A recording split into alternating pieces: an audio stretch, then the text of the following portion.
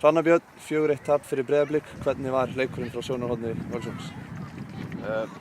Hann var ekki nógu góður en margt mikið betra heldur en í undanförnum leikjum samt. Þannig að það er allavega eitthvað jákvætt að taka úr þessum leik. Fyrsti leikur á nýjum gervigrasvelli hjá ykkur, heimaleikur 7. apríl. Það hefur nú ekki gerst að æfingaleikur hafi spilað á Húsavík síðan 1996. Hversu mikill munur er þessi æfingaaðstæða fyrir ykkur? Þetta er náttúrulega bara gríðarlega mikilvægt og þetta er algjör snilld að fá þetta loksins. Þetta hefði mátt bara koma miklu fyrr.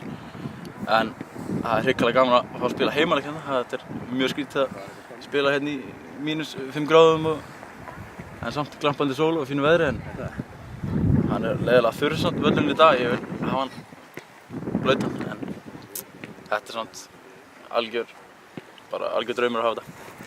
Elvar Árni, þinn gamli liðsfélagi, skorað 2 mörk. Fyrra markið þótti nú freka vafasamt. Hvað fannst þér fyrra markið? Þetta var náttúrulega bara bolti var lengi komin út af.